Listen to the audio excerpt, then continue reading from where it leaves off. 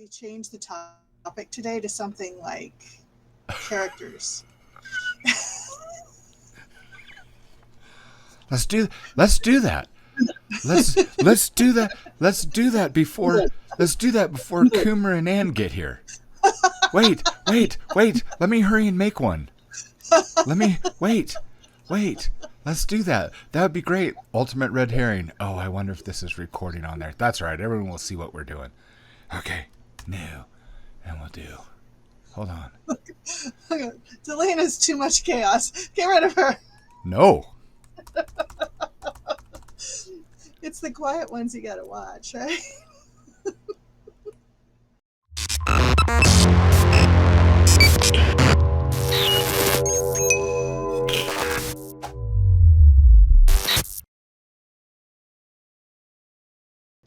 Jamie, who else am I looking for? I'm looking for Coomer. Coomer and Ann. Oh, so just Coomer and Ann? Okay, Yep, so then just I just Coomer need to and find Coomer. Try the circle cam. The mic is on. Oh, circle cam? Yeah. Okay, and then click on one of the chairs. there we go. Yay! It's a good thing you know how to do it. Hi, guys. Well, Hi, it's too late. Dang it. Okay. That's Well, we'll okay. pull it on Coomer. Hold on. Let me see if I can still do that. But if I end up messing with the settings on the room, we'll all have to do it again. So let's No, not. don't mess with things. Don't Dang mess it. with things. I'll have to. Well, whatever. Okay. Don't mess with things. So is Coomer going to come in as Coomer?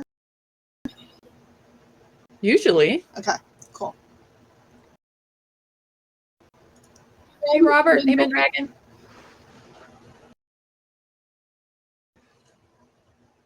On your screen, you're here twice, Pendragon? Yes, you are. You are here twice. You are twice the fun. And Shannon's here. Hey, Shannon.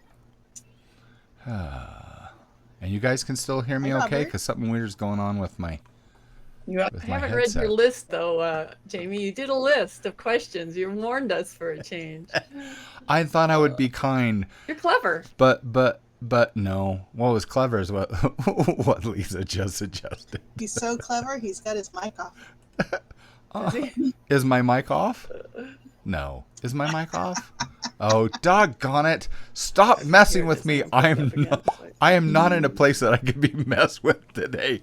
I'm too You have gullible. such deep questions. I need like hours to go. Oh, huh? no. They're deep. Jamie, you're muted. I'm muted. Oh, gosh.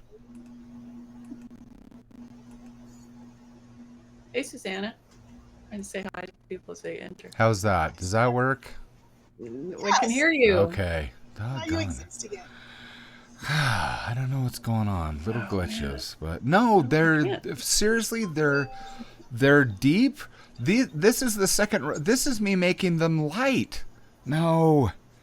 My questions. I looked over my fine. questions last night and I went, oh, those are intimidating even for me. No, this is bad. So I redid them this morning.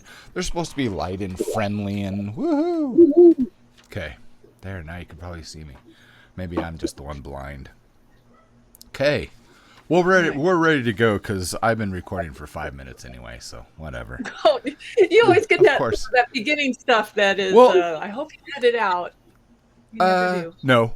I like bloopers. They're so much fun. We can put them at the Sure, end. we'll call it that. You have to have a reel. Come on.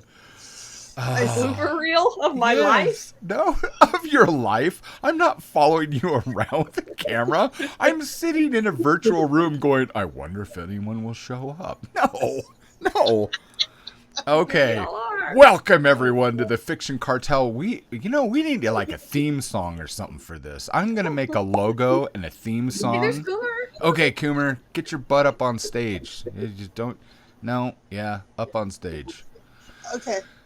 I just changed Coomer's permission so he can get on stage. He may have to refresh and then pop on stage. Okay. Cool. I'm pushing buttons for you, Jamie. Thank you. Because my job is to just film this and make sure that we have a recording. So. And Ann and Coomer's job is to be brilliant, and I'm just over here pushing buttons. There you go. I'm sorry. I love Coomer. I love Coomer's cosplay thing there. Nope. Circle. Hit Get circle down here with the cam. rest of us. Gotta do circle. Well, there's 2 cam buttons, so it's I the know. circle cam button. Yeah. Coomer. There, That's you have almost. It was there. There it is. I think you're muted. Are you muted? Coomer, I think you're muted. Because I didn't hear you when I saw your mouth. Nope, still don't hear you. You don't? Oh, I do now. Now we do. There we go. See, There he is. it's a few adjustments. I still prefer this to Zoom or anything else. So anyway, I should probably do this so everybody can be like, oh, hey, look, I'm kind of looking at everybody. All right, so Turn to let's see. I'm the wrong way. I was saying I think we need to have like a theme song or something or some tagline for the Fiction Cartel. But can I officially say, as before we start in our talk, is thank you, you three, for coming and doing this, because I really like you guys. I like hanging out and talking with you guys. So I'm glad. This was not my idea. Was this Anne's idea? Did she come up with another one? The Fiction Originally, Cartel. it was your idea. I just like you. We put this out there, and I'm like, well, we hadn't done one in a while, so then I meant the whole Fiction Cartel thing, because that was not my idea. That's for sure. I like this. Okay. It came out of those 2x2s. We needed to talk more.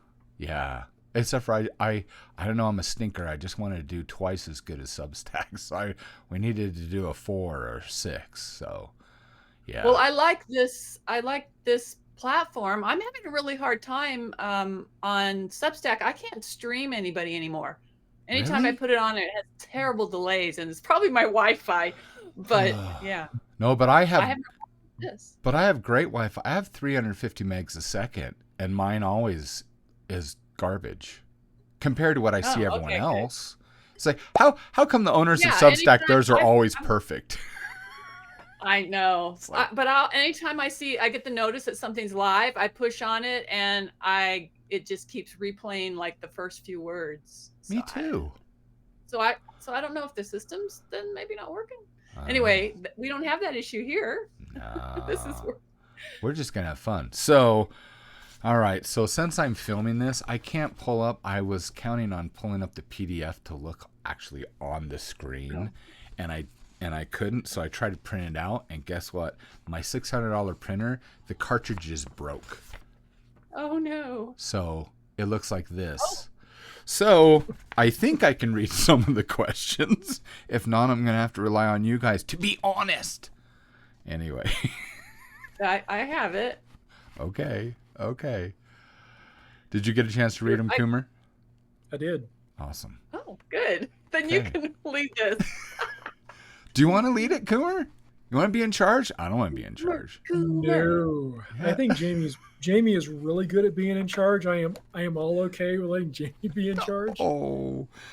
All right. So welcome everyone to the Fiction Cartel, where we absolutely have no freaking idea what we're doing, but we like having fun and visiting with each other and talking shop about writing. So today we are going to talk about, because we agreed last time, about red herrings. And since it was Anne's suggestion, Anne gets to go first. Tell us what a red herring is, Anne. For me, since I write mystery, it's a mislead that turns out to just to hide the true bad guy in my story. It's something just to make the reader want to know more, but it's a mislead about what's coming. Now, what is it for you? Is it different? It's a false lead.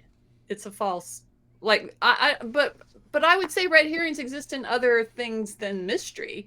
Like obviously the way I use it is I want every suspect for the reader to think they could have done it. So my red herring is that. Why would that person have done it? It turns out to be wrong later, but it's feasible at the moment when I give it to the reader. So I'm not lying. Are red herrings lies? There's a bigger question. Am I jumping ahead? No. I just want to have a conversation about it because Yeah. I hadn't thought about bringing this up, but no, I'm looking forward to this subject. Coomer, is that your definition of a red herring? Mislead, misdirect, yes. Yeah. Since I write fantasy, kind of fantasy high adventure, the heroes are kind of moving in one general direction, but instead of being a misdirect, it's a misdirect for the reader, but it's a misdirect for the characters. So I can send them off to the wrong place and have them, go, well, I know what this is. I figured it out. And maybe not. Maybe they've only got part of it. Maybe they've got none of it. But it leads them to exploring other parts of the plot while they try to get at the main thing. I like that. That's a good point, that it misdirects the main character. It's probably the most important thing than misdirecting the reader. Maybe I can do this. And Lisa, how about you? Did that work? Did I face in the right direction? All right, Yes. Lisa. That is not a misdirection. That was an actual correct direction.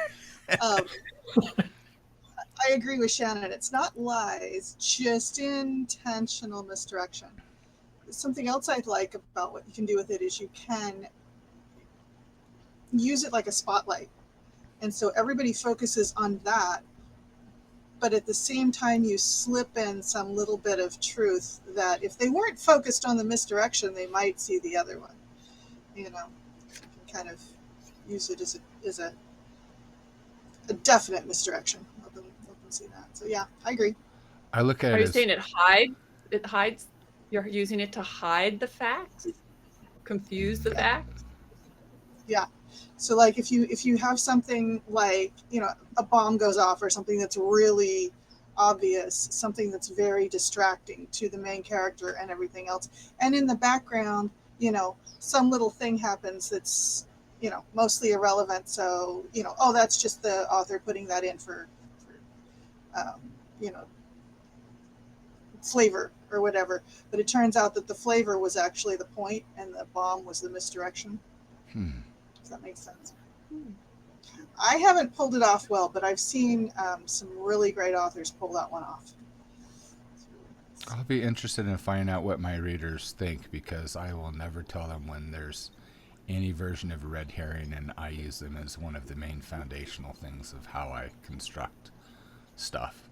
Because I agree with everything, because I'm like, oh yeah, that's a really good point. I kind of look at it as a red herring to me often is your story is a great big box of the 5,000 piece puzzle, and the red herring is dumping them on the table and stirring it up and saying, what do you think it is? So you can, you kind of set things up, but you put the corner in the wrong place. And at the same time, I also agree that it's like a misdirect. It's like a sleight of hand. Like when I teach kids and I'll be talking to them to see whether or not I have their attention, I always keep a big book on the podium.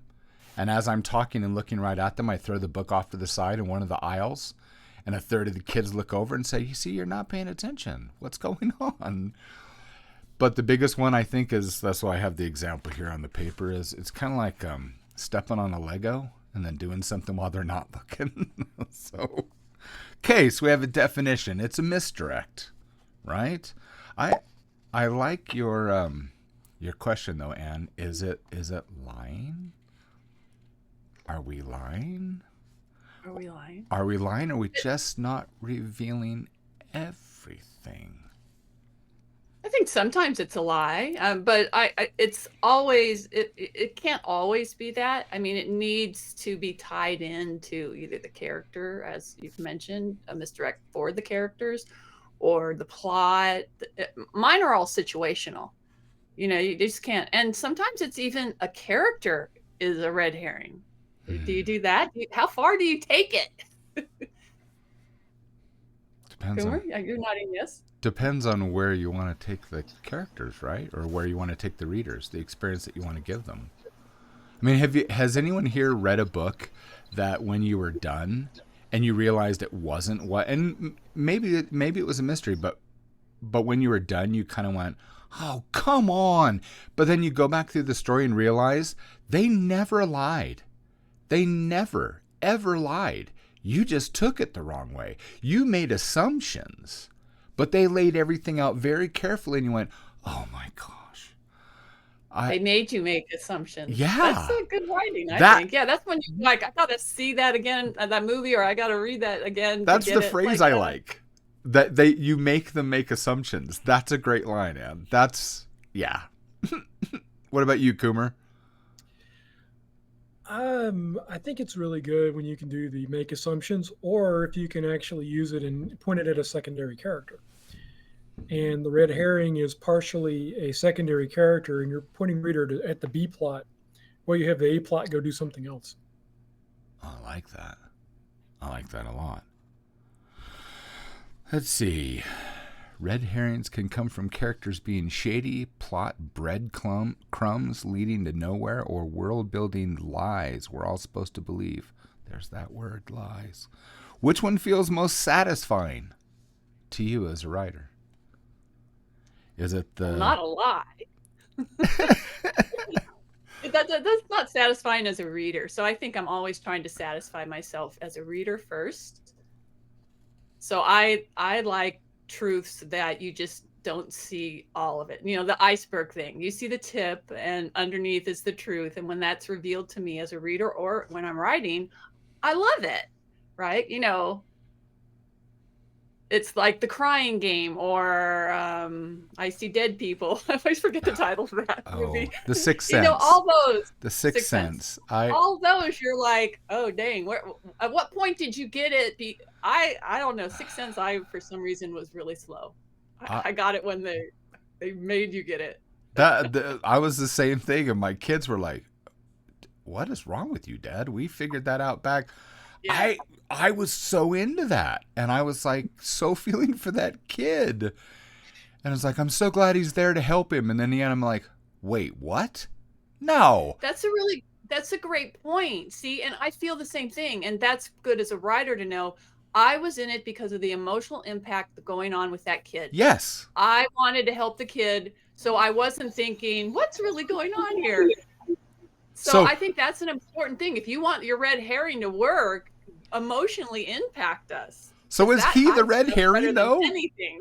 Was the kid the red herring? What was the red herring in that? Well, see, and this is where I go back to like the misdirection, what Shannon said, that's a better word for it than red herring. Truly, the red herring was a red herring in something, and that's where they got the term from, right?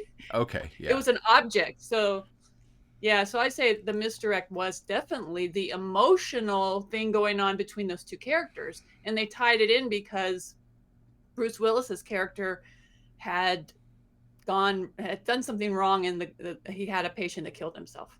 And he felt emotionally bad. And here he was trying not to have that happen again. And I think we were tied into that emotional story, especially because it involved a little kid. Right. At least as an adult, that sucked me in. So I missed any clues that had to be there. Same. Yeah. So that's a good lesson. I'm going to make a note of that. Emotion, the best red herring out there. I like Susanna's comment that she wishes she could go back and rewatch Sixth Sense and feel the hit of that again, because that twist is something you only feel once, because afterwards you like if you see it again. Yeah.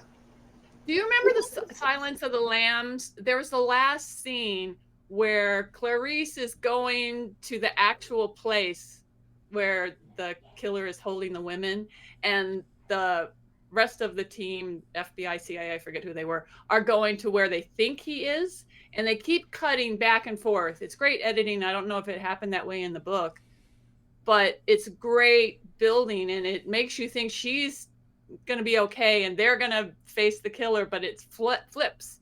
To me, that's another red herring because they've pointed you in a certain direction, and I love that play out. I've tried to incorporate that, but Shannon's right. Once you've seen it, you'll recognize it coming. You'll never fall for it twice. Well, okay. Yes and no. I can almost agree with that because there are some movies that maybe you won't fall for it, but you won't know how it will happen, which sometimes is just as much fun. For example, I like the Bourne movies. They're not really the red herring things, but when they're constantly trying to catch him, you know they're not going to catch him, but you don't know how they're not going to catch him, you know, where he ends up. And they're like, they come into a room and he's freaking 6 blocks away. Or you think, oh no, she's been in the segment, she's been captured. Or was it the first one? And she's supposed to go get some information for him from the hotel. And he's like, where is she? Where is she? You know, he's calling and calling and calling. And then she knocks on the window and he's like, what happened? She says, well, I just told him you were my assistant. And here you go. He's like, oh, that was a good idea. You know, and then they go. That's just somebody being clever. Yeah. And so you're like, you know, or who the bad guys actually are. You think it's this person, but then you know there's a higher up or someone behind the scene or whatever. So those are other misdirects where, yeah, I know that general category is going to happen, but I look forward to how it's going to happen. Does that make sense? Yeah, well, and as writers, we're a little more attuned to finding these things and seeing them ahead of time. I don't know if all readers are, unless they're really, really into a genre. Are they as crazy as us? I know. Yes, I'm sure. I annoy the crap out of my wife because we watch a movie. She's like, "How'd you know that?" That's how I would write it. Oh, be quiet. Let me enjoy the movie. Lisa, what do you think? Actually, I'm doing my job and watching the chat. Shannon says red herrings or smoked herrings were used to train hunting dogs. It would be possible to mislead them with the smell if you wanted to get them off your trail. For real? There you go. So it does have more of a mystery base of getting them off the trail of the real killer, I think. Thanks, Shannon. Just like focusing the reader's attention where you want it to go. And you just focus it carefully over here and don't mind what's going on over here. You just go. Well, I always love to drop a truth and then hide it with this other information, whatever you want to call it. And then you so that eventually when you get back to the truth, they'll go, oh yeah, I did mention that, but I forgot. So I kind of have a question half formed in my mind. Do you do that by use of words or those emotional hooks, or I guess the next question is, how do you pull off a good red herring without spoiling the real twist? So how can we as writers, and I have to be careful. Like I said, this is one of the foundational things that I use, and I'm not going to tell how I can't tell how I do it. It will ruin things. No. You're not going to share us? No. Sorry. I'm sorry. And I know this is a PG theory, but hell no. No, I'm not doing that. I've done that. I didn't know I was doing that. My wife had to say, why do you have these red hair? Why do you do this? I was like, is it bad? No, I love it. But why do you do how do you do this? I don't know. That's how my brain works. I don't know. It's like, I want you to focus on these things. The bigger point will come later, but let's take a little trip, shall we? Shall we take a little trip? Let's have some fun. Let's, like Kumar saying, let's have some side adventures, shall we? And then they kind of like, oh no, that's been there the whole time. Why were you paying attention over here? Well, you led me on this trip. Oh, that's right. Well, you have a nice day. I don't know. I haven't had any complaints. So it's not truly bait and switch, but you make it so entertaining no one cares. Isn't it fun to do it though? Don't you guys have fun layering those? Do you layer them? Maybe that's a question. Yes, absolutely. By the way, Kumar, I'm loving your book. I am loving your book. I need more time to read. I've been very angry lately because I don't have enough time to read, because I do it and I've got to get to sleep, and I'm lying there in bed and I'm reading your book. I'm like, no, I'm just getting into it. I don't want to sleep. And it's like 11:30. I got to get up at 2. So, yeah, I'm going to have Anger to... is not exactly the emotion I was hoping to convey with my story. But it's not about the story. It's about not being able to go to the story. So next time I'll have to get your books, the books that you want to sell, and I want to put them under our seats here, so you can put your book there. I think that would be a good idea. I'd like to do that. So if they like the author, I'll say lots of stupid stuff. Everyone will look at you guys and go, I want them. So we'll put the books under there, but I really start talking. I got it. Well, I have a question for everybody. Like, what is your favorite red herring that you've ever written? There she is. Woo-hoo. Yep. He sent me a hardback.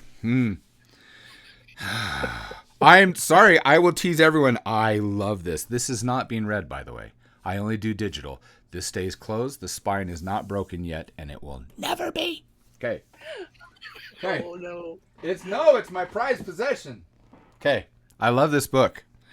It's a good and is this your first book, Coomer, that you've published?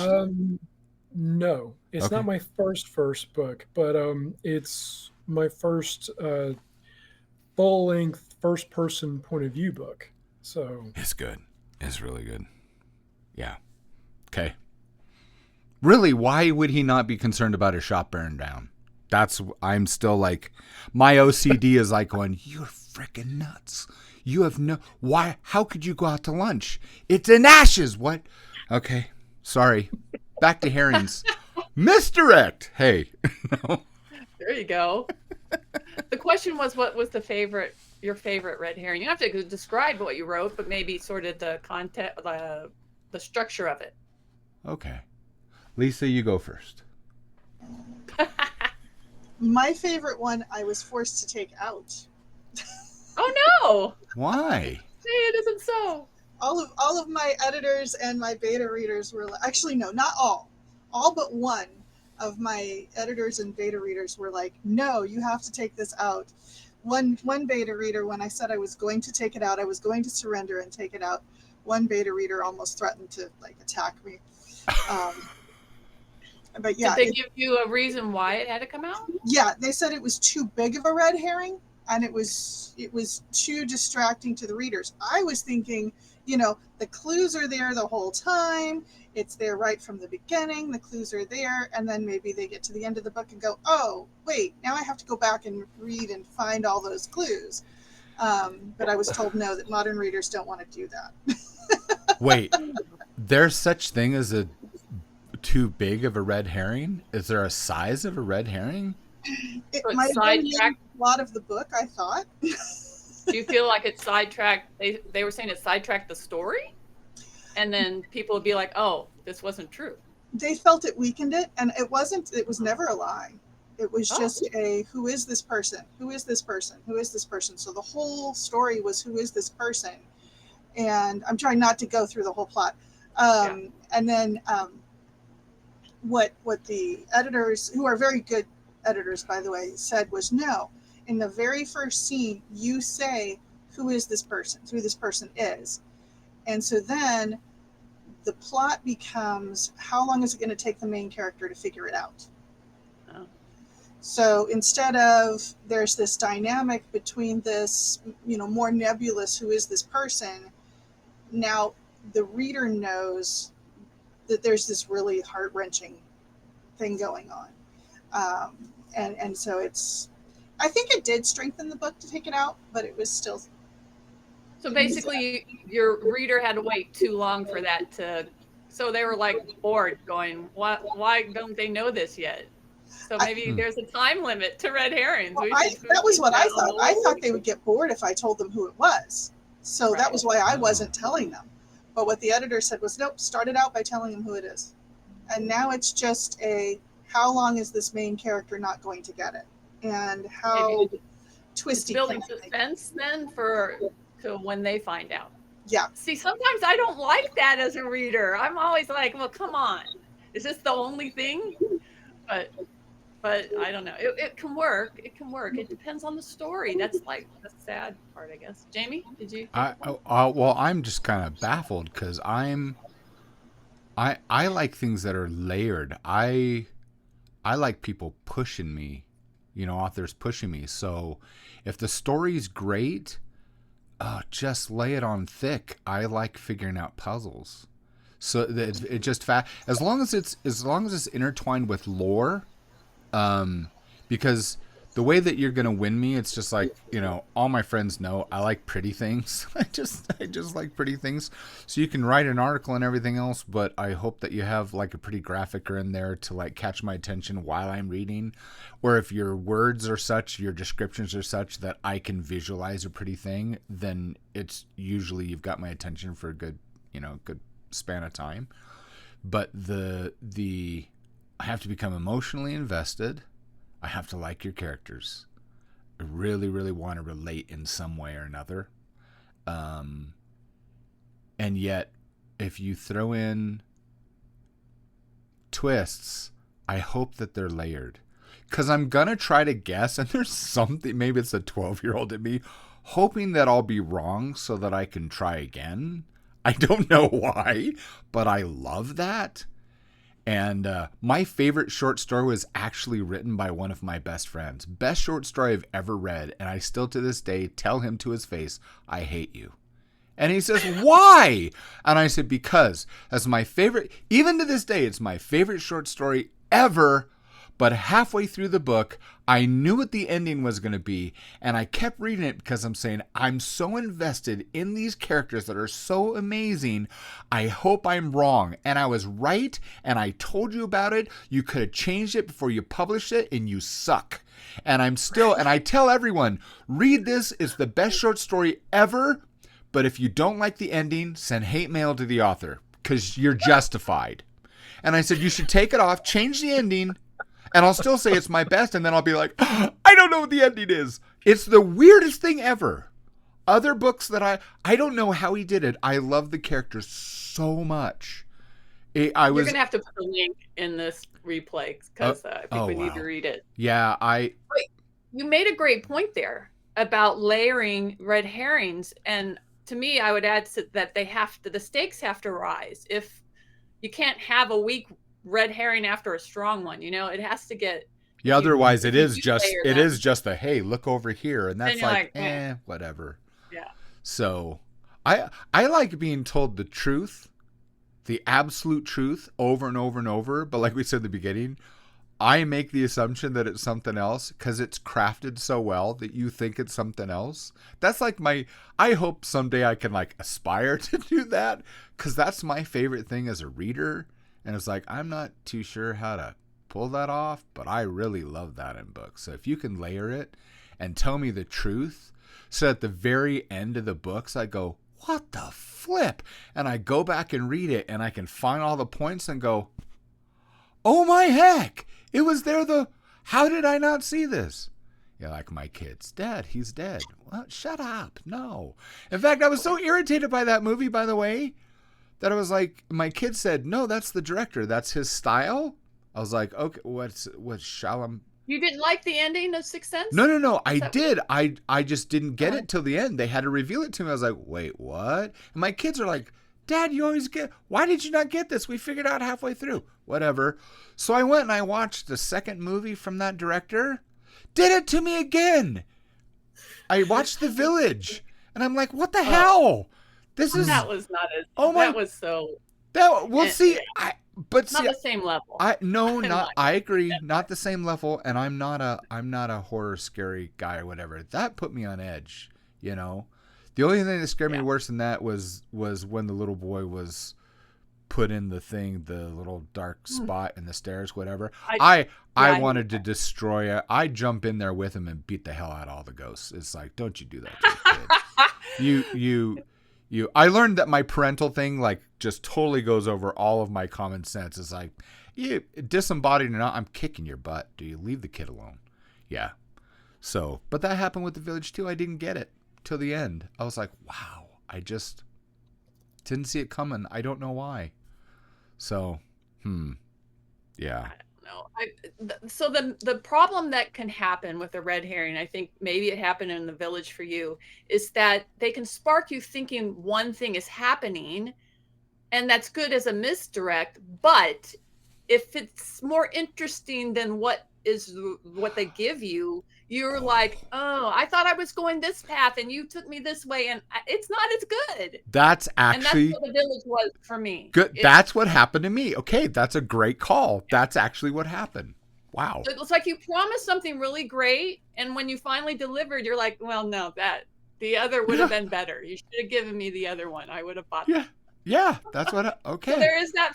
That's maybe why you have beta readers. I don't know. Good editors. I don't know. I mean, I'm not taking anything away from M. Night Shyamalan. I think he's a genius. But I agree. They can't all be winners. Coomer, we can't get in a word edgewise, so not with us. Jump in two of us. anytime. I like to use red herrings. I have to be careful what I say because Jamie's not done with the book. Oh, so see? I can't say anything. Yeah. Oh, And that's true. I can't say about other ones because those are still coming out on Substack. And I know okay, I can tell you mine. I know there's at least someone on here who's reading one of my Substack stories. One, I'm reading both. I got to tell you, I do have a crush on Pedro. I see him as Pedro Pascal. I know he's probably not that old, but I can't help it. I don't mind. I do That's have a okay to crush on fudge a it. fictional character that you write. I I like like to use- Tella too. That's a different story. I love her story, but yeah, I'm really invested in what's happening. The red herrings I'm using in each one are different. With one, it's tied more to the main story. So I'll have a little bit come out and then I'll go, okay, well, let me pull a little bit of that rug out from underneath you. Okay. And so it's not the whole thing is wrong. Just this part is a little bit wrong as the character learns a little bit. And hopefully at the end of the story of, like, say, Dark Vice, it's satisfying when you get to the very end and look back of they started here with what is a red herring with a bit of information that was right, and kind of work their way through it, and then there's what you really find out. But in the one with Pedro, the red herring is a little different, and it's tied to something else. Nod, wink, wink. Okay. Yeah, you just kind of keep waiting. I'll take any little nuggets.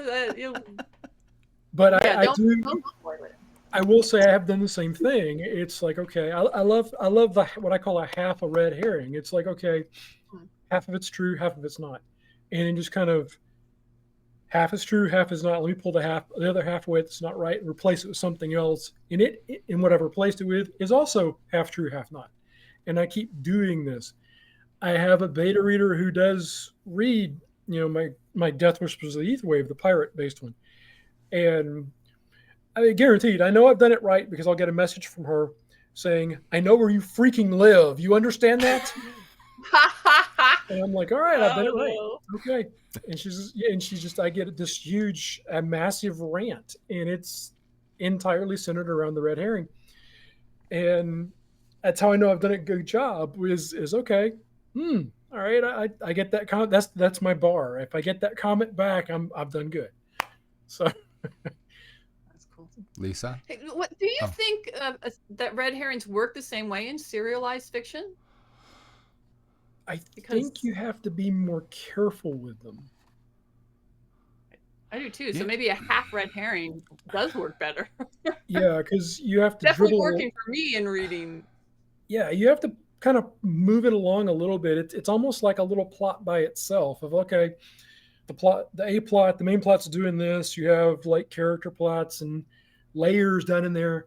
But what I've been doing is when I have a red herring, it gets a plot all by itself. It's tied to something, somewhere, somebody, some character, but it gets its own little evolution throughout the story.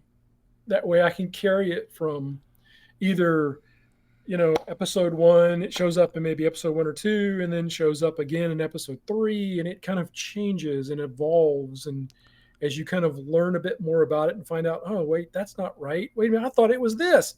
And then you get a little bit more information, and then it goes away, and then you kind of sort of accept it. And then, okay, oh, look, it's changed again 3 more episodes later. And if you look back, it's like, well, no, I really didn't misdirect you. I just kind of gave you just enough to let you guess on your own. I'm not really telling you if you're right or wrong. I'm just going to say here, and There's and plenty then here. and then Lisa, if you ever go, okay, you know what you were guessing? That may not be right. Here, let's try this. Lisa, you're nodding a lot, so I want to hear your feedback on what Cooper just said. Oh no, I'm just agreeing with all of that. I loved layering the concepts and having it be, you know, mostly true and just a slight misdirection, and you let it develop over time. I just think that's awesome.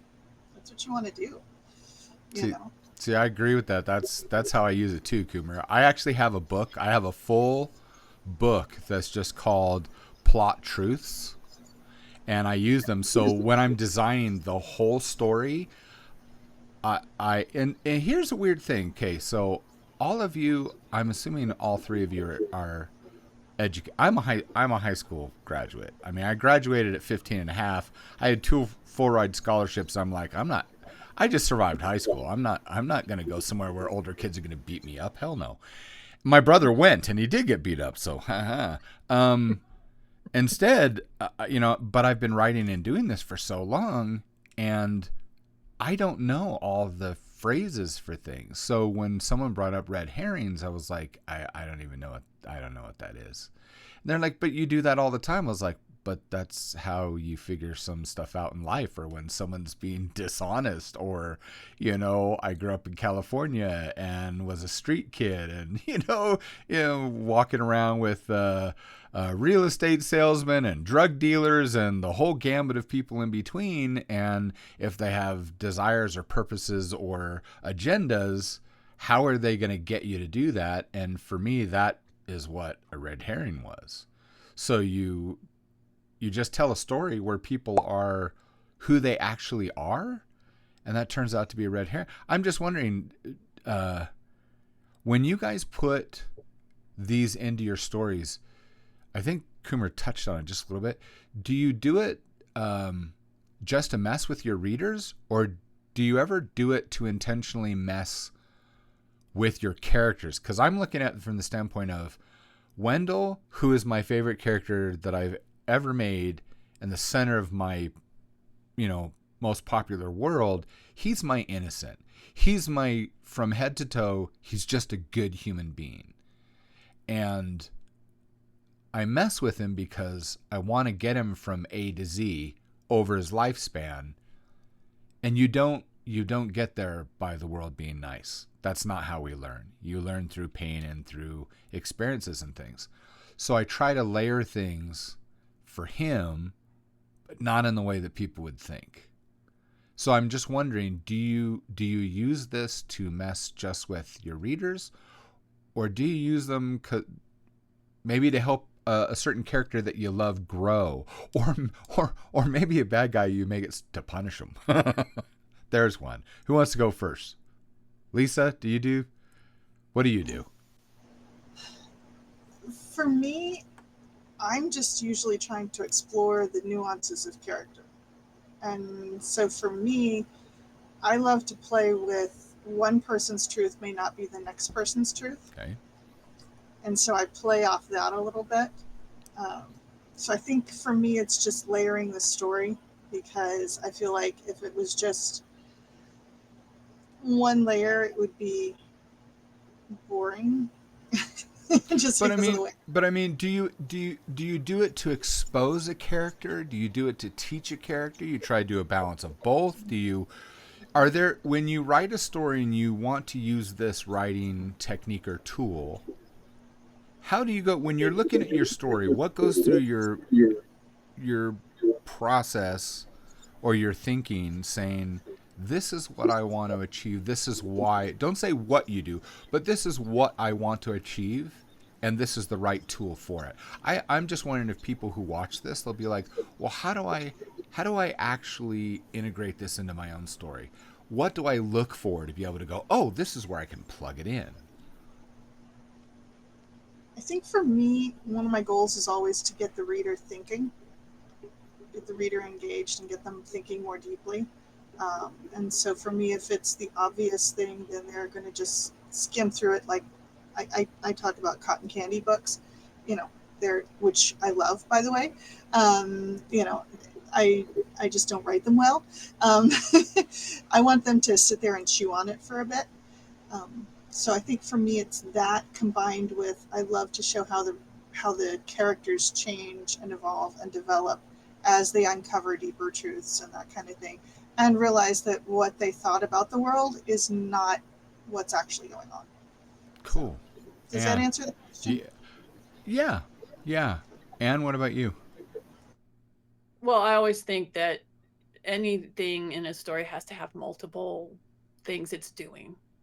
I mean, that's the essence of writing in itself. Subtext matters a lot to me because that to me engages the reader. And some of the best red herrings that at least that I've seen and that I feel like I've written were after I'd completed the story and then I looked back and went, that was too easy here. And then it was obvious to see that, like, I one time I felt that the murder of my mystery was too obvious too early, but I didn't want to change it because there was a lot of fun in knowing that this person was the evil person. So, but I didn't have a surprise ending. So what I did was I turned one character who you thought was a good guy all along, I turned them into an accomplice that you were shocked, and they changed everything at the end when they revealed themselves. And that I didn't know until I finished. And I can say the same since we've been talking about Sixth Sense. That was originally written that Bruce Willis's character was alive. It was only I don't know at what point M. Night Shyamalan figured it out, but it was after many drafts of that script. He's like, oh, he's dead. And then that made it a good story. Wow. Otherwise, if it hadn't been, you would have been like, oh, okay. I think that made the whole movie. So sometimes in a movie like that, just like a mystery, that final twist is great. But I think drama across the board, I love some surprise. I like that. I don't know about you. And to me, that's what a red herring or a misdirect can really give the reader. But it's a surprise that they have to expect. They like once they've read it, they're like, oh, okay. Not like, oh, where did the heck did that come from? You know, you don't want that reaction. You know, when we talked about layers, and Coomer, I want to go to you on this, is that we talked about layers. So, you know, when you want to be surprised, have you ever tried layering the actual red herring itself, not the situation, but the red herring itself? The readers will figure something out, but actually the red herring is this big, and you let them figure this out, and natural events or maybe something that someone says or someone does reveals the next thing, and you just have layer upon layer of the actual same situation, maybe the same relationship, maybe the same event, maybe the same worry, and there's depths in using it that way. Have you done that, Coomer? Yes. You're like, I'm not giving you any clues. Wait. Wait. Just for your and my sake, Anne. So, in the book I'm reading? Yes? No, Coomer? Is it in the book I'm reading?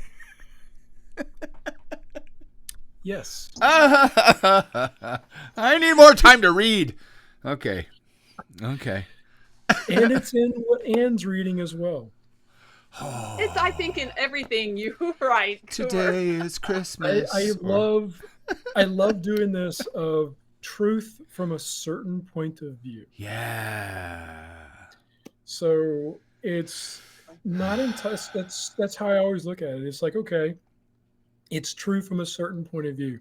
So a hero character, protagonist may think it's true, but it's not because of things that they have yet to find. Along the way, I don't really target the reader. I mean, because the way what I'm writing is the protagonist telling the story back to the reader after it's actually happened. Okay. So the protagonist is explaining, well, this is how it happened to me. Well, along the way, all these red herrings I'll use, these little ones, both large and small, are for character growth. They're some of the stones I have in a bag. So once I've driven the characters up a tree, that's some of the stones I throw at them when they're in the tree.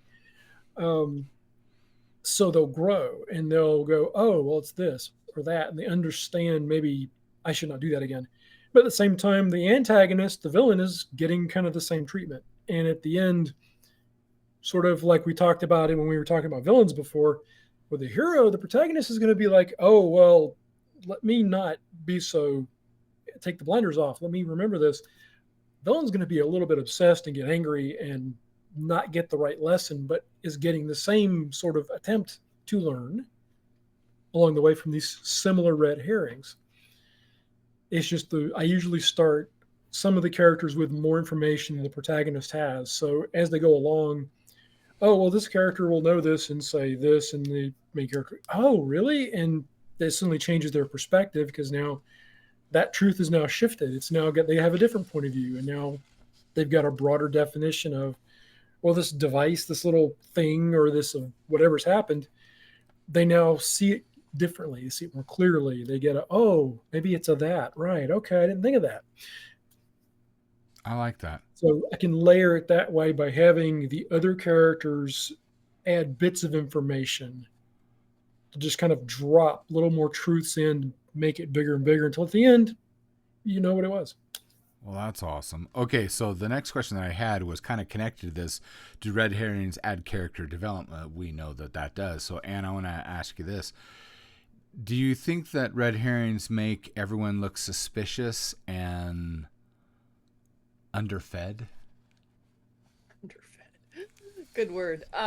They can. I mean, once again, it does totally relate to the situation and what you want to project. I don't always use a red herring to make a character less. I use them quite a bit to give a logical reason. I mean, I like my bad guys, and red herrings do relate to your antagonists. I like them to have a realistic point of view about why they're doing what they're doing, because to me that grounds it. I don't like characters that lie. I mean, like Coomer's saying, you can have the wrong thought about what's happening. I totally love that. But there are books, and successful books, that tell you that your narrator could lie to you and does lie to you. And I've just never been drawn to those stories, because what's the point of reading from a character that's lying to me?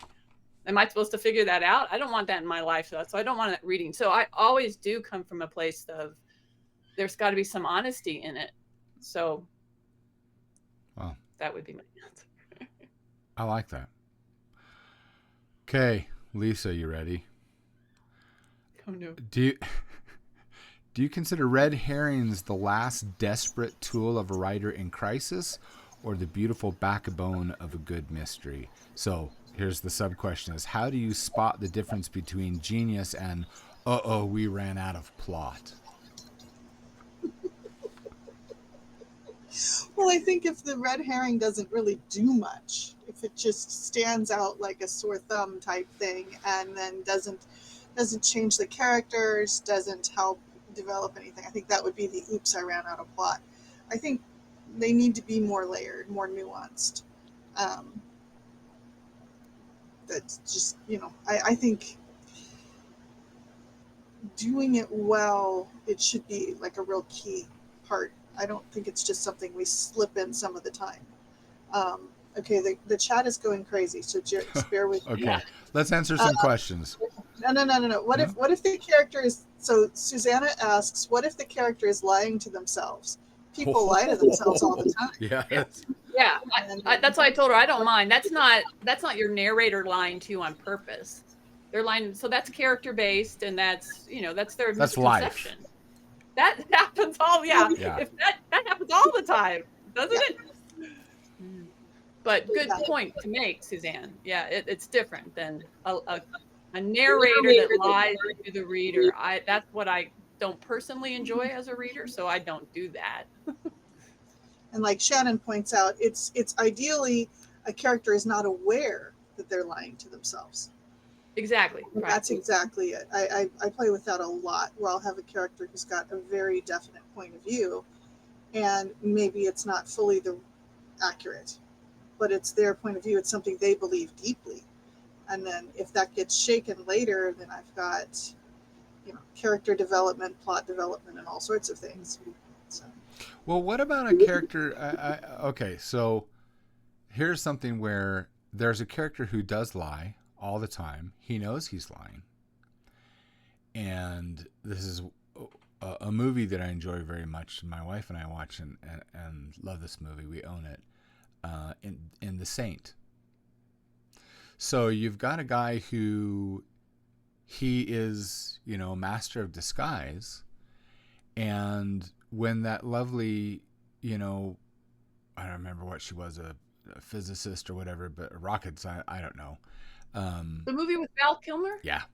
Okay. So Based here, on the TV show. well, when she asks, "What's your real name?" and he's like, I don't know. I mean, who do you want me to be? That's not the kind of line I'm talking about. Okay. So I mean, because that was integral to, he was playing a role. I'm talking about a narrator that purposely tells us the wrong thing. It's been successfully done in several books.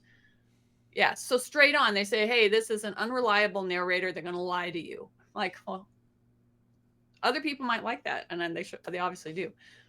But what you're talking about is a character that lies for a specific reason, which he did in The Saint. True. Okay. So that's sort of different because he's not lying to the viewer or the reader. We might not know who he is, but... So he's lying to another character, but we know that he's lying because we're watching what he's doing. Yeah, we've seen the other side of him. Okay. That's a good point. He's not lying to us, the viewer. Because we can see it. Yeah. Okay. I don't mind a character lying to other characters. That's probably a given also. Okay.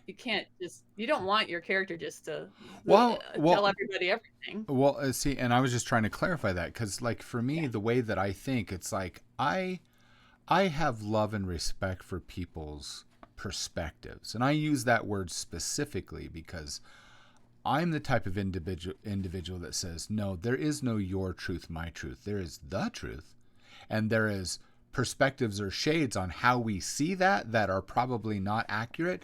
But when you narrow everything down and really work it out, there is the truth, not a version of the truth. How we see it, yes, that's called perspective, not the truth.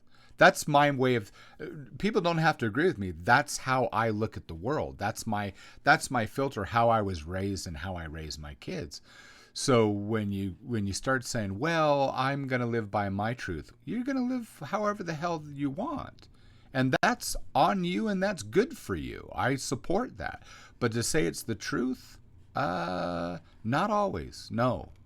But how do I work that out in stories? Because, like I said, I support perspectives. I can't tell you that when you've experienced something, whatever it is, and goes through whatever filters, and this is what you have left, and you tell it to me, for me to tell you that that's false, that's garbage. I will agree with you. That might not be what actually happened, but how we interpret it. So I'm looking at this as my characters, and I'm saying, how do I layer this?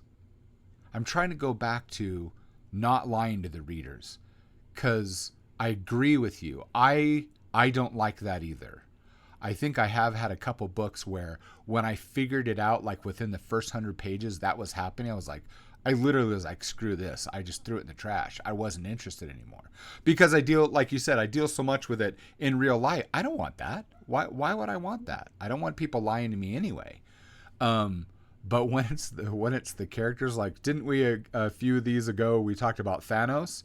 Here's a guy that absolutely believes in what he's doing. But it's not logical, unfortunately. It doesn't make logic. But well, the funny thing is I think it did make logical sense. But this is like, okay, so here's the dad in me. Just give me a moment, because I'm a dad 24/7, 365. I try to explain to my adult children, I said, I'm not disagreeing with you. I'm not saying you're wrong. What I'm trying to explain to you from someone who has just a little bit more experience and life on this planet is that there is an and attached to this. There's more than what you're seeing, so you just need to be quiet, Buttercup, until you figure it out. That's what your dad is saying. You're not wrong. You have limited information. I think Thanos had limited information or a limited perspective because I believe in abundance and not in scarcity, and he believed in scarcity. That's why he was doing the things he was doing, at least from my understanding. So he was convinced. Well, it was a comic book for one thing. Yeah. Well, sorry. Yeah. I think they put a lot of thought into it because Thanos, I think, was around for a very long time. That's my universe. No, we think a lot about these things. Thank you very much, Miss Anne. No. I'm just saying, when was that a Marvel movie? I think they were blowing and going when it came to the plot. So I do not think they put a lot of thought into it. And then they have to later, many years later, make a movie out of it and make it make sense. Yeah. So sorry. I get what you're saying, but I well think played. I think it's semantics. I think people use the word truth inappropriately in that situation. I agree. It's perspective. Okay. And so that's what's fouling you up. Everybody has a perspective, and it seems right to them because of their perspective. Yeah. And see, we all unfortunately don't have the same frame of reference for why we make our decisions and why we make our beliefs. Which is funny because words the world would matter. Be a better place. There was once a book. Do you ever hear this book called "You Are Who You Are Because of Where You Were Born When"? So basically, all the people. It's the old book. I mean, it was old when I heard about it, but it's basically like what has influenced you based on when you were born and what part of the world you were born in. All those people are going to sort of have the same feelings and beliefs because we're all influenced by the same thing. Well, maybe now because of technology, we are influenced by more of the same things. So we should come together. Well, no, I think you hit on something, and I can confirm, even though I'd never heard of that book, I can confirm that actually being accurate is because here, I mean, I was born in Oakland, California. I grew up in California. I moved to Utah, and my family moved to Utah. I just came behind because none of my family was left in California, and I'm a family person. So I follow my parents. I come here. I meet my wife. Well, hell, I'm never leaving now. So, and then I started business with 3 of my best friends. But we were doing business in Massachusetts. I had never been to the East Coast. And I went there, and I remember the very first trip, I was like, I looked around at everybody. I was like, what the? I yelled in a city. I'm like, what the hell is wrong with all you people? And they're looking at me. And have I ever told you the whole subway story? I got to tell you this story. I think people will appreciate this story. So here we're walking around in $500 suits. We're doing these meetings with bankers and lawyers and all doctors and stuff. And we're about ready to fly back to Utah. Our plane leaves at 5 a.m. So we're staying at the airport hotel. And on the way back, I tell my partner, one of my partners was like, we didn't get to ride the subway. I want to ride the subway. Why do you want to ride the subway? Because I've only seen them in movies. I've seen them in comic books. I just want to go see a subway. No, we're not going on the side. You're such a killjoy. Oh my gosh. So we get back there. I'm by far the oldest guy. We get there and he's like, I'm hungry. We need, food before we go to bed. And okay, fine. So we go down to the restaurant. There's all these hanging sheets of plastic. They're remodeling. Well, do you have any more restaurants no, this is our only restaurant. Okay, could you bring around the shuttle bus so we can go to town to get something to eat to a restaurant? It says, I'm sorry, the shuttle bus closed down a half hour ago. Well, how the heck do we get to town? Well, you're going to have to ride the subway. Yes! And my partner's looking at, shut up! No! So we go there, and everyone on the subway is looking at me weird because I'm 12 years old with my phone. I'm taking pictures. I'm leaning down the hole taking and they're like, what is this nut job? My friends are like, I don't know this guy. So we get there, and the subway comes, and like a bunch of turds, my friend picked the very last cart that has nobody in it. Everyone to talk to is up further down. And I'm like, it's like 3 or 4 stops to get there. And I'm like, you guys you suck. Really, you cowards. Let's meet people. Let's talk to people. The very first stop, the doors open, the next cart up from us, the doors open, you could smell the alcohol. You could hear the F word being used every third word. And in come all these skinheads. Like from when I grew up in California, real skinheads with spikes that they use this. It's not a fashion statement. And this tall guy that could have been a basketball player, he had like spike implants coming out of his freaking skin. That I had not seen before. So I turn to my friends. I'm like, I'm going to go talk to them. And they're like, what are you doing? I'm like, get off me. So I walk right up to the tall guy, and they're all telling nasty jokes. I walk right up to him, and I just laugh at the joke. I thought it was a funny punchline, dirty or not. Anyway, so I'm laughing, and they look at me, and they're like, what the F do you want? And I said, I just wanted to say thank you. And because they're all drunk, and they're confused. I was like, it'll make sense. I said, here's the thing. I said, I was born in California where everyone says what they meant. Then I moved to Utah where nobody says what they mean. Then I came out here to Boston to do Can you business. Hear me? Yeah. You'll have to type it. I can't hear anybody. Sorry. Oh, it says, everything's frozen. But the typing. You guys hear me okay? I'm getting Okay. pretty dramatic here. I don't want to have to do this again. So it says, but we come out here to Boston, and you guys are honest in your face. I said, I love your city, and everyone I've met here. I says, I gotta go home at 5 o'clock in the morning. I gotta say thank you to somebody, because you guys freaking rock. You're the best people I've met in a decade. You guys know how amazing you are. What an amazing city. So just thank you for being you.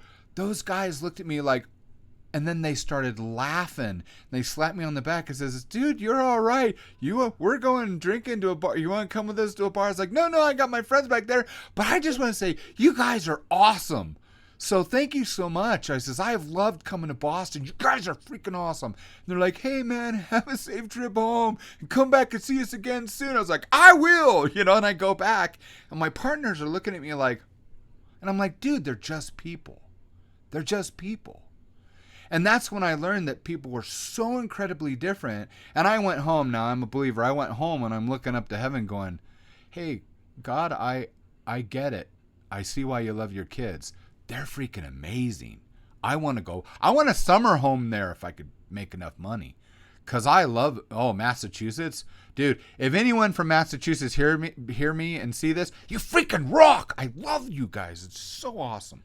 Anyway. And best breakfast I ever had was actually at a truck stop, at a diner. I think that woman works in every diner, and she's only got 2 teeth, and she chain smokes and has raspy voice, but she's awesome. And man, they make good food. Anyway, yeah, pastrami breakfast, pastrami omelet, best thing I've ever had for breakfast. Wow, so good. Wow. Anyway, I have no idea what the point was, but that was fun telling that story. So, hey, red herring. Okay. See, now I can't hear Ann. Can I hear any of you? Am I lost now? Yes. Oh, good. No. No, Ann's muted. Now Ann's muted. Come on, Ann. Is it? Come back to us. Go. I hear dead There you people. Okay. Sorry, I missed the best part of that subway story. You just all froze. I thought the powers that be said you cannot tell this story. I hope I didn't interrupt. No, we're good. All right. Oh gosh. Right. So it's been an hour. How far do we want to go? We're about there. Yeah. Probably. Do we have any Lisa, do we have any questions from chat? No? Nope. We're It's all about good? how they can hear me. Everyone knows everything. Okay. Well, that's awesome. Now we just have to go off and write some good red herrings. Hey, before we go though, I would like to decide, what are we going to talk about next time? What's our next subject? You always do this. I know. We should. We're in the throes of talking shop. It's good to decide it now. Let's see. Yeah. Come on, Lisa, throw something in. You work with other authors more than any of us here. What should we talk? No, wait. Let me officially ask Lisa this question and put her on the spot, because she loves being put on the spot. She loves me for that. So, what would be, in your opinion, Lisa, what would be one of the problems that the four of us can try to solve for authors, new authors? What could we do for them? What could we discuss? Maybe we should take it from that point of view. I have an idea, but I don't know. It's not really writing related, but it's Substack related. We can talk about whatever we want. Do you feel that there is a slowdown on Substack reads during this time of year, like in summer? Summer? What do you do about that? I've noticed a drop of people showing up to read the emails I send out. Okay, so here's a weird thing. Lisa and I actually, because I had a question I was wondering, because I hadn't heard responses, so on this point, but what Lisa is brilliant at, we went through and we start, so don't do that. You're one of the smartest people I know. And you can say what you want. Maybe I need to get out more. Don't know, but you're still at the top of my list, lady. So, but here's the thing. We went through, she's like, because I don't know what to look at. So she's going through the stats and everything. And guess what? My open rates were consistent. My reading rates were consistent. My click rates were consistent. But people showing up to interact were not. So maybe they're out doing things. But one of the, I think, great upsides of Substack is that the app, which I love reading on, you take it with you everywhere. So they're still... maybe they're still reading while they're out there, in a tent or whatever. Because Suzanne made a point that Essie Reed posted about this, which I read that too. Oh. And that's why I was like, oh, okay, it's normal. But maybe we should talk about that. I don't know. Do you just wait it out? Maybe we could get Essie Reed to join us. Oh, we could do that. But I mean, where are we going to go? Wait it out. It's just cycles, I don't know. Yeah, maybe that. So it's nothing to discuss here, right? It's just happens. Yeah. It'll be interesting to see, since you guys are writing serial fiction, it's going to be interesting to see if when things pick up again, if you see those reads going back to catch up on the story. Yeah, it's nice when you can see that. Someone has to like it. I can watch one person, if they like everything, and then you just go, oh, they're just reading through everything. How nice. But otherwise, do you then create something to help them catch up at the end of summer? Like whenever you figure fall is, do I have to do a real, hey, you don't have to read all this. Here's a big recap. Because I always recap the last episode. Yeah, I do it previously at the top, but no, I'm not going to make it easy for anybody. I'm just going to make more stuff and have them all excited. The side stories, man, I found out that, I got to go off on Well, it's hard. Suzanne says she takes a break from posting in June. Oh, you mean us taking a break? No, well, that's what she said she has. Oh. But I know I've got my train. It's going. I want to keep posting. But if you know a whole bunch of your readers aren't reading anymore, it's like, okay. See, but that's the thing. Lisa, you wanted to say something? Yeah, there's so much layering to this. First of all, we also have a global audience. So while we may be in one area where it's summer, that's not to say, especially like for a lot of the people that I work with, they're in Australia. So you've got some people who are in summer, some people who are in winter. That's a part of working in a global audience. You have also other factors going on right now that can skew your statistics tremendously. Additional privacy stuff that's coming in that people could be reading and didn't even know. Yeah, that's been a thing for a while. Now, I don't know Substack that well, so people are saying that this is a usual thing that happens on Substack. That may very well, because I don't have those statistics. The statistics I'm watching is there are changes going on in the search engines right now, and everyone's traffic is dropping outside of Substack. Substack is actually doing a lot better. I've seen people outside of Substack dropping to zero, losing. Well, these are open rates with the emails you send. So unless they're getting blocked, but I don't know. That happened last February, right? Was when that changed. So I don't know. Maybe this is all, we've just discussed it. We don't need a whole show on it. Suzanne, what would you like to see? Ben Dragon, you guys, Yeah. what would you like us to talk Make about? a request. And I'll actually put that on this when I put this up today. I'll actually put down there, give us requests for the shows, and anyone that they want, they want us to, we need to pull in a fifth person. We have another seat. We should bring someone else in. So, I was going to suggest story structure, but then that's just me. That's good. Plot arcs. I'm a big fan of outlining, so to me, that's a nice way of saying outlining. Tips for serializing. Well, that's also really good. I'd We watch have that. talked about cliffhangers. Did we do one on cliffhangers? We've mentioned it, but I don't think we did it on cliffhangers. We could marry both of these ideas. I would like cliffhangers just by itself. I had to talk for hours for that one. Love me. Readers hating you. Yep. Okay. Gosh. I'm writing both of these down because usually I'm the one that has to remember. What do we talk about? I know. I send you a... Story structure and cliffhangers.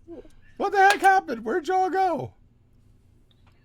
You're all down below. It's popping around. I know, they all disappeared. Talked about falling off a cliff. Yes, cliffhangers. Okay, we got. No, I think we have a guys. consensus. We'll start with cliffhangers, and You leave me always... here all by myself.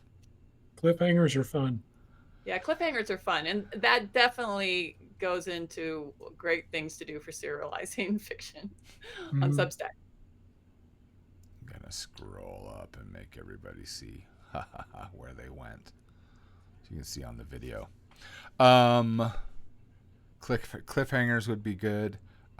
Tips on serial. Oh, I wonder if we could get.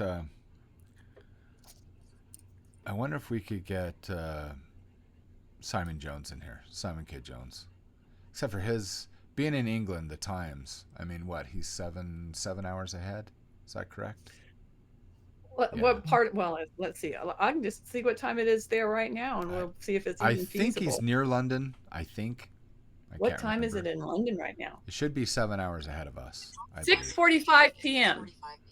Oh, okay. So he might be able to do it. It's doable if he came on at 6 at night.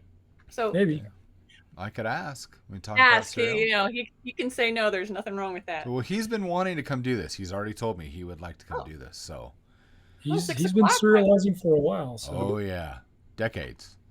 So Groovy. That's awesome. Okay, well we'll do that. Any parting words of wisdom? Actually, you know what? I'd like to do something different. Let's start with Coomer, and then we'll go with Lisa, and then we'll go with Ann. I'll go last. Why don't you say what you're working on and where everyone can find you? I'm going to put links to all of you guys in the post. But what are you working on right now? What should people be looking for? I am currently serializing Death Whispers of the Etherwave, and it is a few episodes or chapters from the very end. I am also serializing Kingdom of the Slithering Maze. It's on Substack. Ooh. And I've got, of course, Dark Device, The Great Chasm. It's out on Amazon and Barnes & Noble and just everywhere you can buy a book. That's good. Yeah. And working on a couple of other things in the background that might be coming out after I get Death Whispers done. I don't know. It kind of depends. I have some story ideas for Pedro to see what kind of punishment and terror I can put him through. That might be coming up next. We'll see. Okay, Lisa, what are you working on?